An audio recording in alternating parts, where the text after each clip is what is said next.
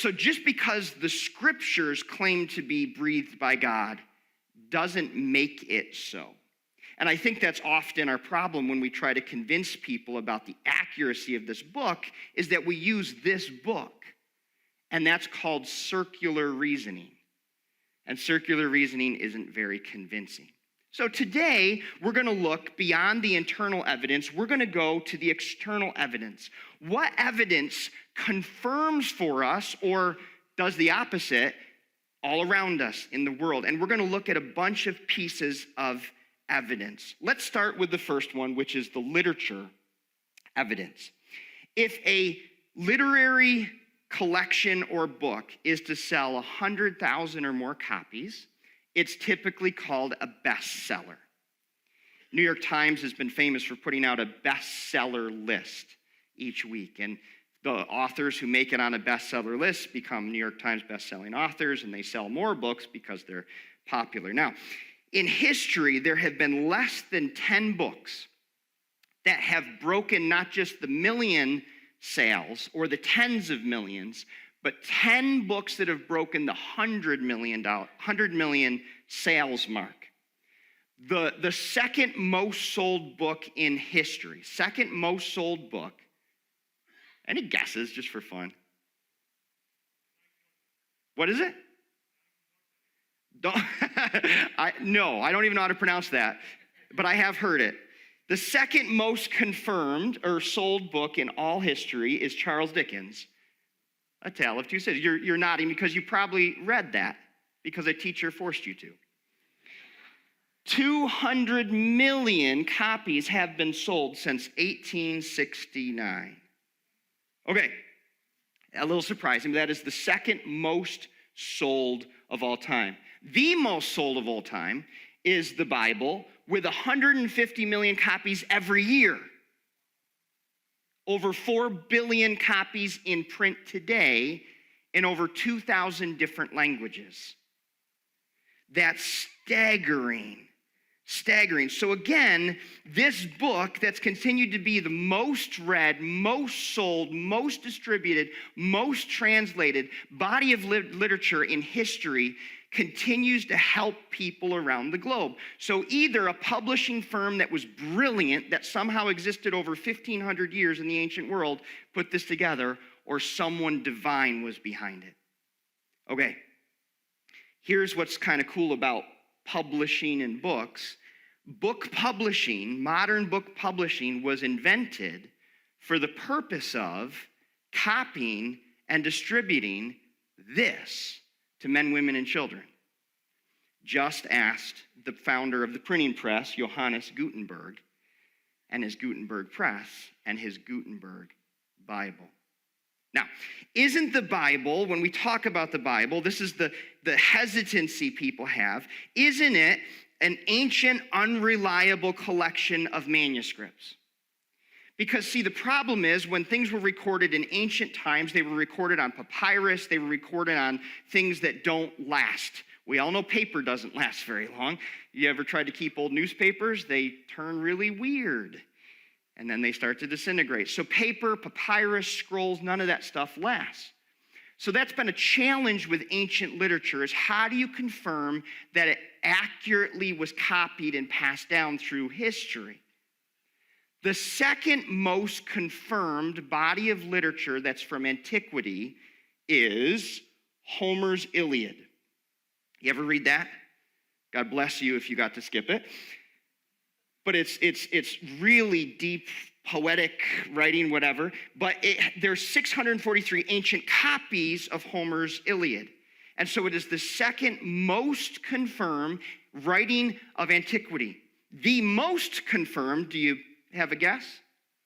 You probably got it. The Bible has 24,000 ancient copies of the New Testament. And so if you're going to embrace any ancient writing, then logically you need to embrace the Bible, because it is far and away the most confirmed body of literature in human history. Nothing even comes close. So, When the Dead Sea Scrolls, have you ever heard of the Dead Sea Scrolls? That was a huge find in 1947 in a cave in Qumran in Israel. There were these jars. There was actually some shepherd boys. There was one shepherd boy who was throwing rocks at the caves, and he hit something that shattered in the cave, which piqued his curiosity.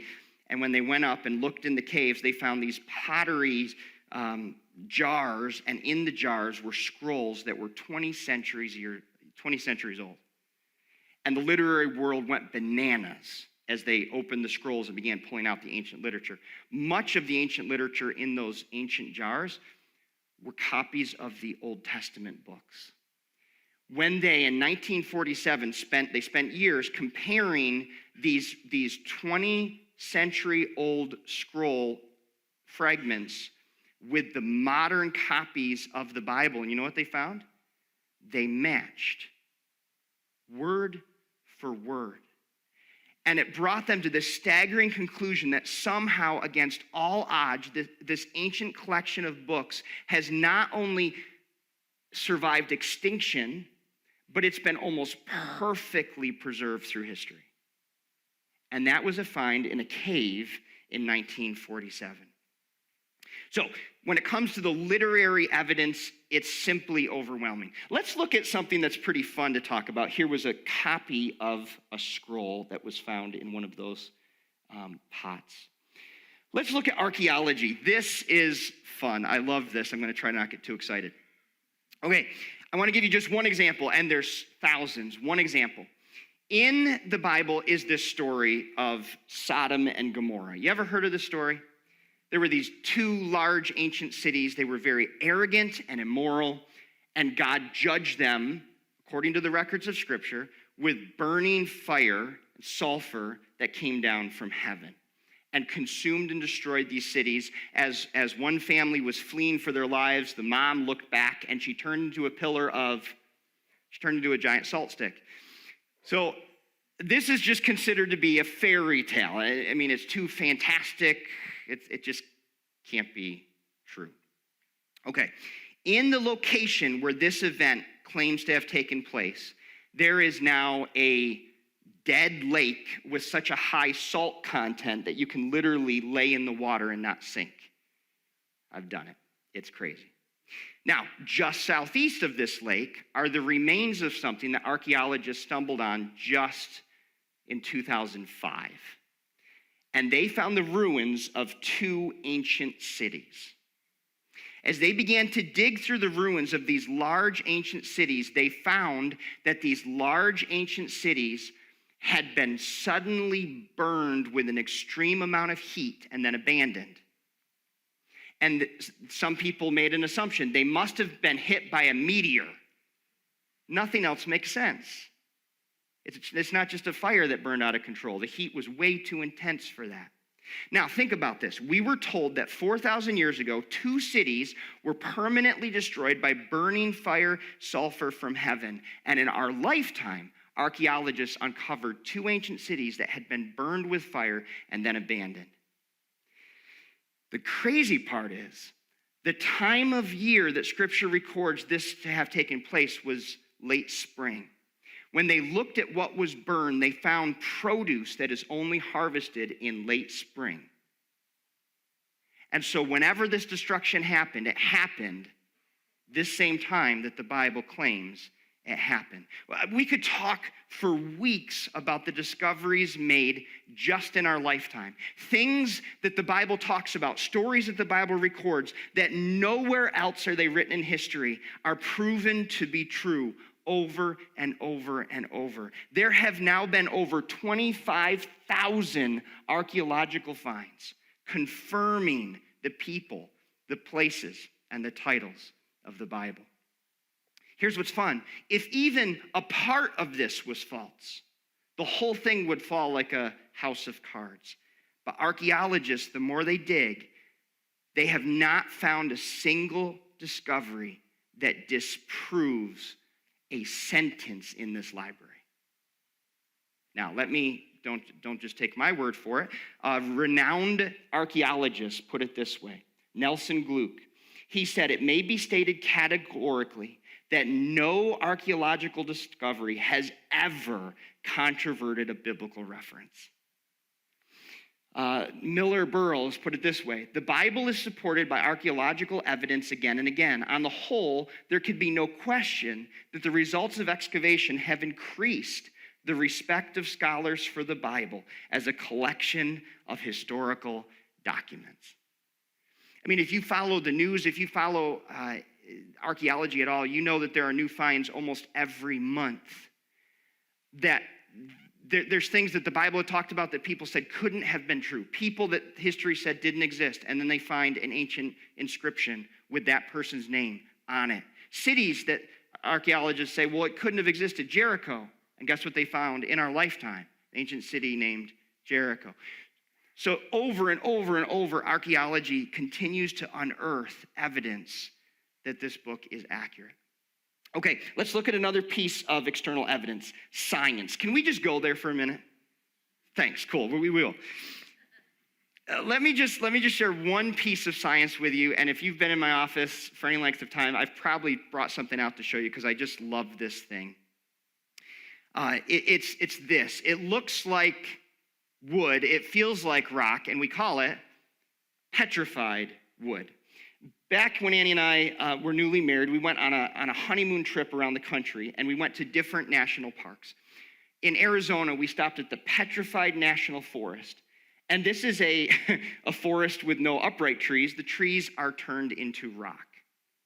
For a long time, scientists, in explaining how petrification happened, said that what must have happened is that the wood, the trees, fell into a body of water.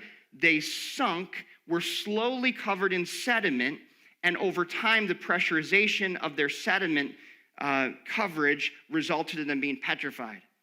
But over time and further research, they came to realize that that's not what happened when wood falls in water and lays there for a long amount of time. What actually happens? Wood rots in water.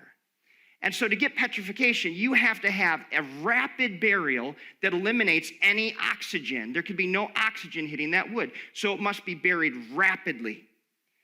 And really what you need for petrification to happen is you need a cataclysmic event. Now, does the Bible record any cataclysmic event that you can think about? How about the great flood of Noah's day? Would you consider that a cataclysmic event? If that really happened, and I know people are a little bit suspicious of this story, if this really happened, the global flood of Noah's day, what would you expect to find? You would expect to find billions of dead things buried in rock layers, laid down by water all over the earth. Something Ken Ham loves to say from Answers in Genesis. When people dig around the world, including in our own backyards, what do you find? Billions of dead things buried in rock layers, laid down by water all over the earth. Here was the best part of that Petrified National Forest. There was a building there that had an exhibit. And in that building, there was this glass box case with a map of the world, and there were specimens of petrified wood from all around the world on that map, all dated from the same time period. I was staggered. It's the evidence you would expect to find if there was a global flood. You would expect to find petrified wood, rock wood, all around the world from the same time period. And I couldn't wait to read their description of how this happened. So you know how they described it? They said in an ancient time, there must have been a global series of volcanoes. Why did they bend over backwards to ignore the obvious that the other cataclysmic event that causes petrified wood is not volcanoes but is floods? Why couldn't they say it was possibly a global flood? Because to confirm a global flood is to confirm the science of the Bible. And if you confirm the science of the Bible, who are you now accountable to?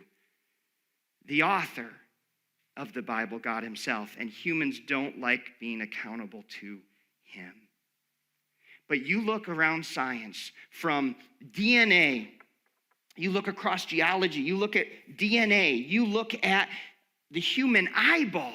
If you've ever studied the human eyeball, there is no intermediate form of the human eyeball that works. It was an incredibly ingenious design by a master designer. How about the snowflake? Some of us love snow. Snow is incredible when you look at it under a microscope. How about the human fingerprint? Everywhere you look around you, there is evidence of a brilliant master designer. If you're a Jesus follower who's considering going into science, go for it. We need more smart people of faith who will observe our world and help to improve it.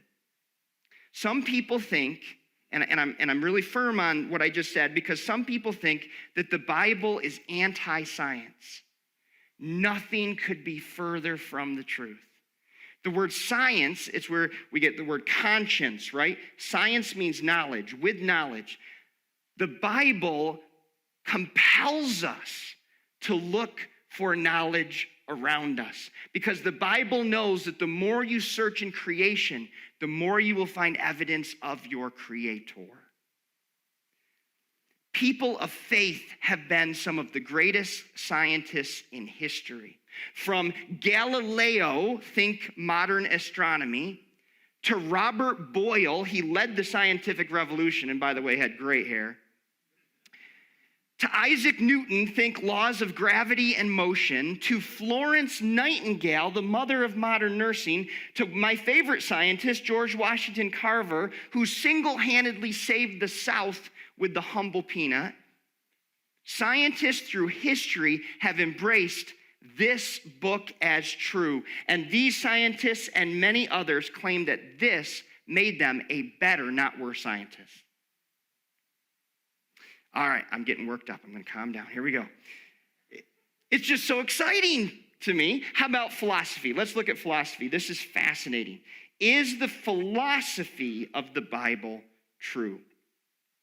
If what God teaches about human nature is true, then last week's topic about human nature means that governments that are fascist, like dictatorships, or governments that are socialist structures like communism, will be epic failures.